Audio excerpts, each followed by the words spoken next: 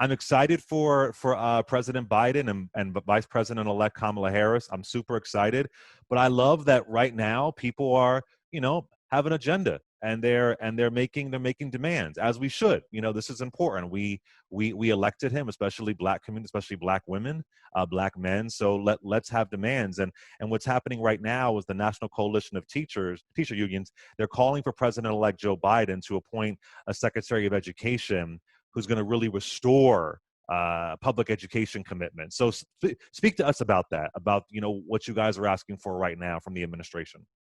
Look, I think it's very easy to, blame all of what's happened in education over the last 4 years on or what's her name? DeVos. Betsy DeVos. Yeah, I'm getting her out of my memory faster than I probably should in this moment, but it's easy to do that because she's so awful, right? Yes. And it is a fact that we have had a succession of people in the Secretary of Education space that have not done things to enrich or to add to the needs of public education. You go from No Child Left Behind to Race to the Top to the Boss, and what we see is this erosion of infrastructure for public education, which is really on display right now in this pandemic. You have students who do not have access to a simple computer, right? And how is it that we are on the precipice of 2021 and students are not getting devices when they register for school, that we're not updating these devices? Everything is electronic right now, and our schools are literally back in the Stone Ages.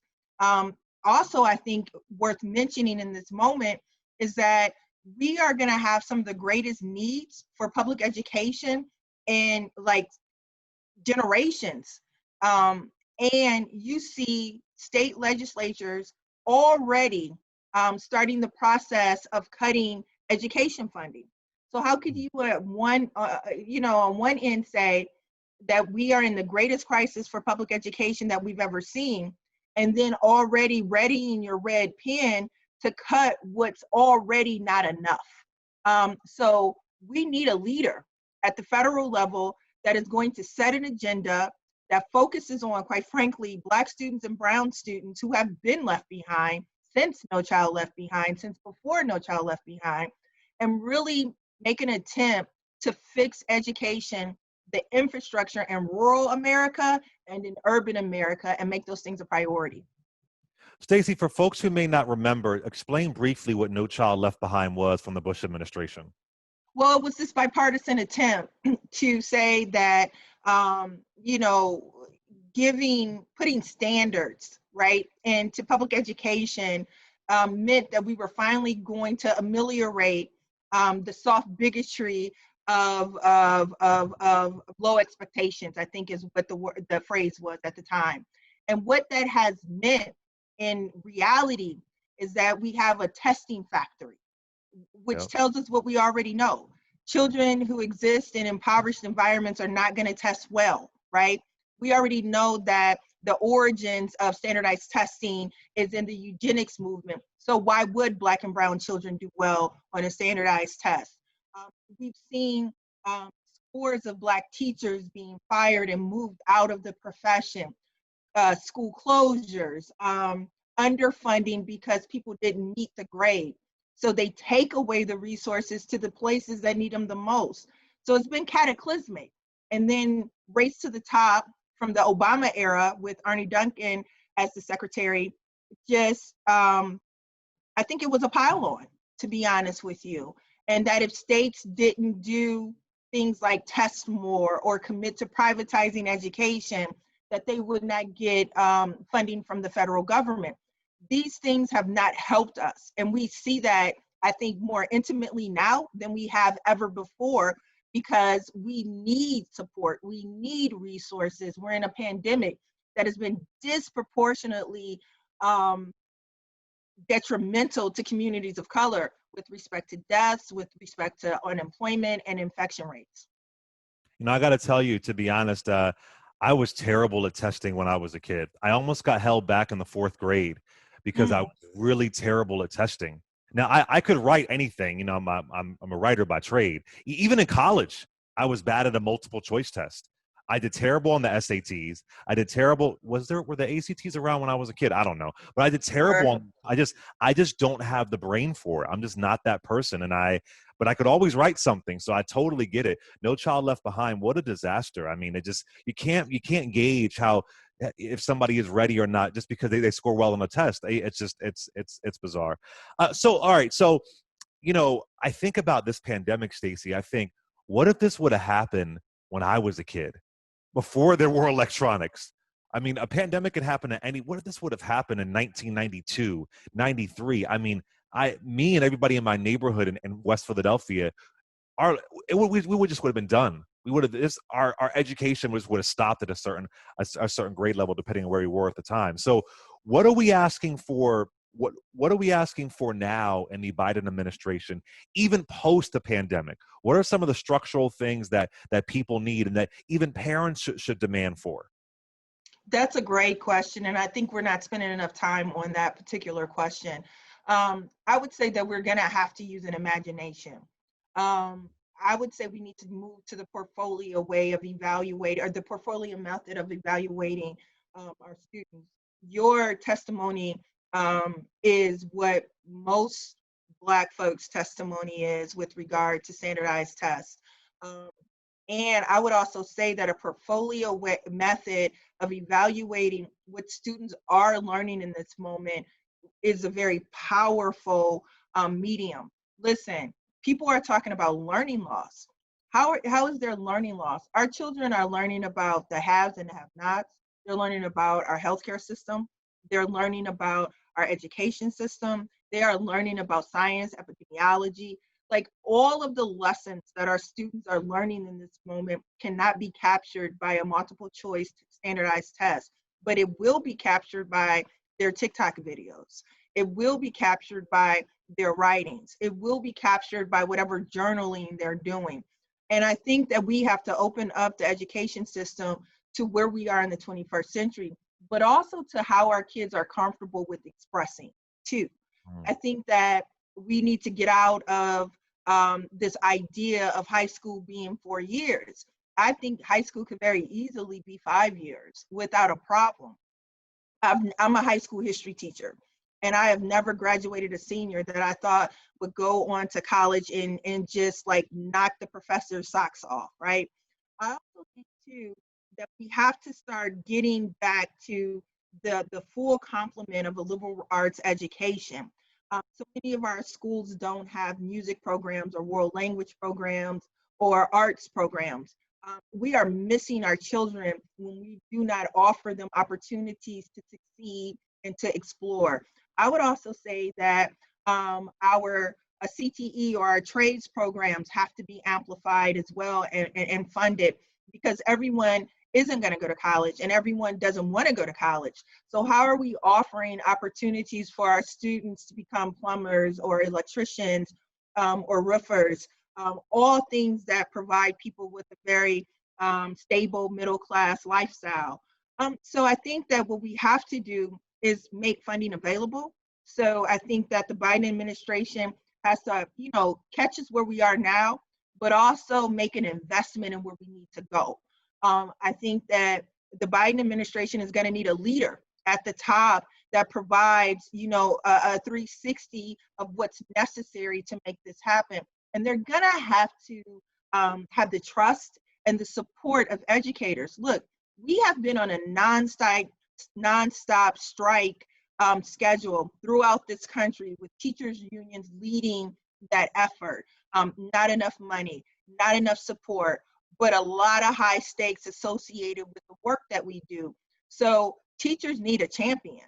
Parents need a champion. We need this deep engagement to say that we have tried all of these other things, they haven't worked. And so what we're going to do is offer a full complement that allows our children to explore, to succeed, heck, to fail, and to be able to try again. I think I would be remiss if I didn't say we're really going to have a reckoning when it comes to the discipline of Black children, Black girls, and Black boys. We're going to have to move out of zero tolerance. Zero tolerance is racist. It quickens Black people's experience with the criminal justice system. And we're going to have someone on high say that our schools are not incubators for the penal system. And so let me ask you this. I haven't heard the rumors of who Biden might be selecting for Secretary of Education. I don't know if you've heard them. I haven't heard the names going around about that particular role. But is there somebody, I don't know if you can or cannot say, is there somebody that, are there folks that you would like to see be chosen as the Secretary of Education? Well, it's easy for me. The president of the American Federation of Teachers, Randy Weingarten. She is a Um, joke. I love her. She is a she's no, boss. and look, Randy is she has presided over a union that is in all 50 states plus Puerto Rico, right? And she has the ability to connect with look, the Chicago Teachers Union is firmly on the left side of unionism, right? Mhm. And she has been supportive. She understands us. And, a lot of the policies that we want to see manifest through our national union, we've had an opportunity to see them. Teachers are going to need a teacher. They're going to need someone that is proven, is a proven leader in a dynamic institution, can speak the language of educators, and understands the impact of policy. And so, maybe selfishly, I think that she should be that person. But I also think, to be fair, that she has demonstrated great capacity to lead the country because she's been leading a national union. Well, let me ask you this. I have a lot of friends who work at, I know you're part of a union, but they work at charter schools and all this talk about school choice, school choice. Uh, where do you stand on that? I have a really complicated feelings about charter schools. One thing that bothers me is that I've seen charter schools push out public schools, especially Black and Latin public schools, and for that reason, I find it hard to support. But I have a lot of friends who are leaving teachers. I mean, leaving working for DOEs and going to charter schools. What are your thoughts on that? Well, my thoughts are complex on that. Our union was the first union where charter school educators went on strike. In fact, we had 3 of those strikes in the last year. And what we found working with educators in the charter school sector is that they want what educators want in traditional public schools. They want professional respect. They want the funding to come into their classrooms so the students can benefit from it. But they also are up against this model that heaps a lot of responsibility upon the teacher with very few resources. They work with a model that's very paternalistic, that is steeped in zero tolerance behaviors, and has a very top heavy bureaucracy that oftentimes prevents funding from reaching the classroom. They make these expectations of families and parents that too are steeped, I think, in white supremacy and patriarchy, and that everyone has to hit the same mark at the same time, instead of allowing the process for students to maturate in the way that makes the most sense. Look, learning isn't linear. That is one of the first things you learn when you are learning to become a teacher, and that you have to have space and patience for students to get the content. You have to provide space for different learning modalities, and you have to have different methodologies to catch those students. And that is not a standardized test. That is not transferring test prep into instruction. And two, like, this whole concept of charter schools was to provide educators, parents, and community an incubator of sorts to try things that could work, that were not necessarily mainstream yet. And what we have seen in return is a franchise, things that are canned uh, and given to teachers, and they're told to copy and paste, and that's just not education. Yeah. Last question. God willing, we have a really great Secretary of Education who's a champion for teachers. One of the things that I want to see, and my guy was Julian Castro, he would talk about this, the importance of cross-cultural education. It is despicable that I don't learn about Black history until college. I think it makes it white supremacy manifests in our schools when you're not learning about people who look like you, or even white folks should learn about people who don't look like them. Because if you're taught the truth, things can still happen, but it might be harder to pass down this hatred if you know the real contributions of indigenous people, of Black folks. And that's what I really want. I want to mandate that we must teach Black history in these schools. These BS textbooks from Texas that has roots in the Daughters of the Confederacy, like, this is insane to me. Do we ever see that happening? I don't want my, my little sister to be learning about her history until she goes to college. And No, because you are, she ain't listening. look, Yeah. choir, like everything you said. Listen, it has to be mandated. Those are things that must become a mandate, because what happens is that individual teachers who see the world in a particular way, they make the effort to do it, and they apply it. But that's not education. Education has to be inclusive of everyone in America. If there is one thing that people have learned, is the love affair that Black folks have with this country, right? You think about it, we have fought in every war. We Yes. have been on every front line. You mentioned earlier when you were introducing the segment how many Black women and Black men held down America in this moment, not the party. They held down America to restore the sanctity of, like, law and order, if you will, because you have a madman in the White House. There has been, um, we have held this place down, but the history does not give us that. The history that is often placed in textbook does not provide that prominence. It is no wonder to me that we see young Black people in the streets saying that Black lives matter, loving this country more than it loves them, because that is what their parents did. That's what their grandparents did. That's what their great grandparents have done. There is a strong tradition of Black people making this country better. And if we're not teaching that history in that way, then it is easy to devalue the lives of Black people instead of saying thank you for making this country live up to the promises that have been written in every, like, sacred document that center the United States of America. We don't give honor to the sacred land of the indigenous people of this space. We leave behind the contributions of our Latinx brothers and sisters when we don't do this. And we leave behind the absolute benefit of white women finding their voices in this country when we don't teach history the right way, where it's easy for them to vote Republican if they don't understand that the very nature of their independence is grounded in them fighting the power and being abolitionists, being on the front lines of pushing forth a better, more just, country. So yeah, we could go on and on about this because I am very passionate about the inclusive nature of history being a benefit to the continued strength of our country. Because if we don't do that, then you have these sects of individuals who can't see themselves in the greatness of this country. And then on the other hand, you have people who haven't seen the greatness of the other contributors in this country, who see our voices, our activity in this country as something that shouldn't be there because they don't know the great contributions that we've already made.